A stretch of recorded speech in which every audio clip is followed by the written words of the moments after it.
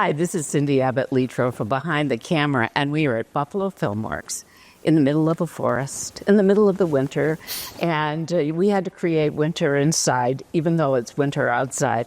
And Johnathan Brownlee is with me, and I have to say, I have never read a bio like the bio that you have, but you do it all. You acted, you sing, you write, you produce, you direct, and on this one, what roles are you... I have to ask you to sort of narrow it down. Yeah, no, I'm still a child at heart and haven't figured out exactly what I want to do yet, right? Mm-hmm. So, no, on this, the Yeti, we were asked to find a creature feature, and a friend of mine, one of the co-directors, Gene Gallerano, co-writer of the Yeti, and William Peixoto, they had one, and so I came on to produce the film. So, producing the film. Today we got to do some grippage and, roll a drop around. On indie films, you just have to do a little of everything. But how'd you find Buffalo? Because, of course, we know the Buffalo FilmWorks is a pretty remarkable space. Yes. But, to get you to know about this and to want to make a film here. Well, I live in Dallas, Texas, but I'm originally from Toronto. Okay. So, when I was in high school, we came to Buffalo for more nefarious reasons, one would say. Yes. No, we're always looking, especially at these budget levels, these lower budget levels, how can we maximize our tax credit? And I think New York State has finally done a really good job of, moving out of the city and giving, jurisdictions like, Erie County, like Buffalo, an opportunity, to bring films here. And so that extra 10% really makes a huge difference to a film like ours. But this film, I think is fascinating. First of all, it is the Yeti, which for people that don't know what a Yeti is, it's like an abominable snowman? Yeah. There's lots of ancient mythology about the Yeti. In this case, this is very much like a snowy Sasquatch, if you will. But what's different about this is female rights. A female. That's right. It is a mama Yeti and her cubs. So in a lot of ways, it tracks with, a grizzly mama and never getting between a grizzly bear and her cubs. And that's, kind of one of the foundational elements in this film. So it's not just this mindless killing creature. There is a motivated mother involved. When you talk about, though, a creature feature, is that sort of a designation? Is that a genre that people actually look for? So the creature feature is a subgenre of horror. So the Frankenstein, the Mummy, Wolfman, the Blob, and in some ways we're obviously inside this amazing FilmWorks stage. With amazing production design that sort of heightens and lifts this. It also takes place in 1947, the sort of golden era of Hollywood. So there's a lot of those elements which sort of harken back to that classic creature feature. You have done so many different things in your career. I was looking at it. You've sung at the Bedford Fountain. I did. I had an opportunity to be had a season there in 1994 when Luciano was still around, and that was one of the most amazing amazing early things in my career, which we did. But, you have acted, you've done all the Shakespeare genre. I have. And you write, you direct. How do you decide what you're going to do when, Yeah, sometimes projects just come to you, but I think as a producer or a director, I think it's really important. I've worked in every department. I started in theater.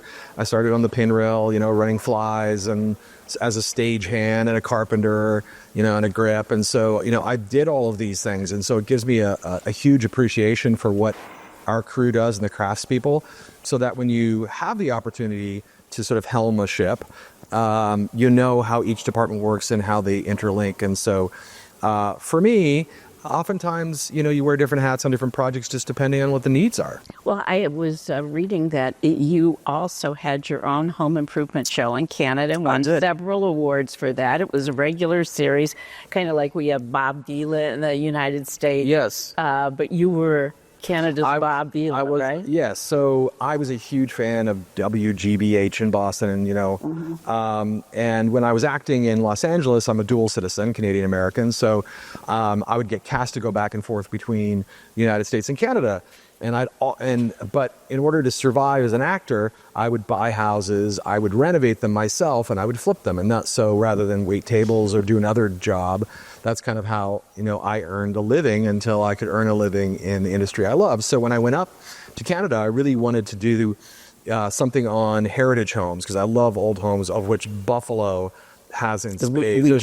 You have the most beautiful architecture here. I know there are other great directors like Guillermo who come here for the architecture, but I did. So we would buy these other houses that people would tear down, and we'd pick them up and we'd move them, or we'd renovate them and salvage them and save them. And so that was and we had sponsors, and Home Depot sponsored, and Ford, and so that was a really wonderful time. I was just to say, though, I don't know where you get the energy, because it takes a lot of energy to do each one of these skills that you have, or I guess gifts that you have.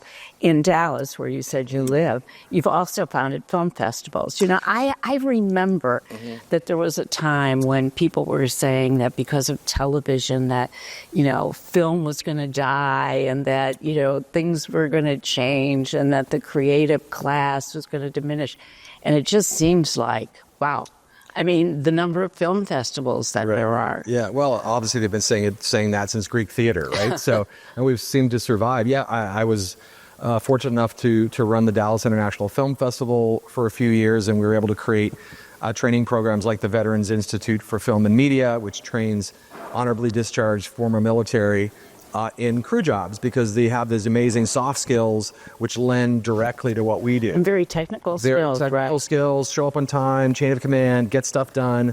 And then recently, I was voluntold to create the Dallas Classic Film Festival. And so each year, we're doing different genres. We've done film noir. We did westerns last year with John Wayne's family, and donated our proceeds to John Wayne Cancer Foundation.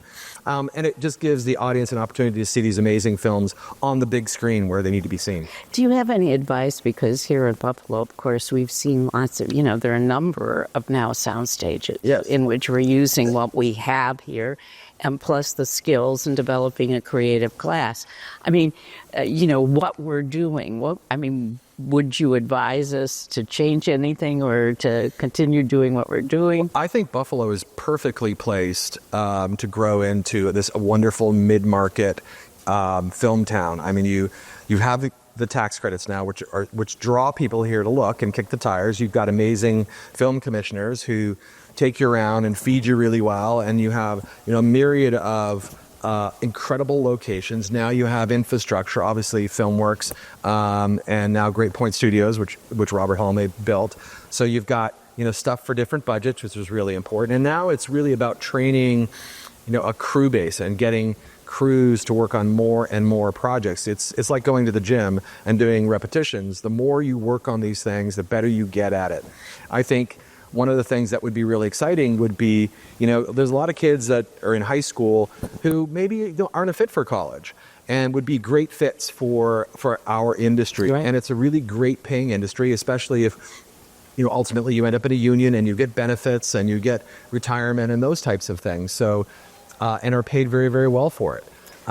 So I think, it's always infrastructure, it's tax credits, it's training, and then it's also this private-public partnership that has to come together for the arts to really help put all the pieces together. What do you think for you was the key? I mean, why you... It's interesting because you seem to grow your creativity, not just... we tend to, I think all of us have silos in which we stay.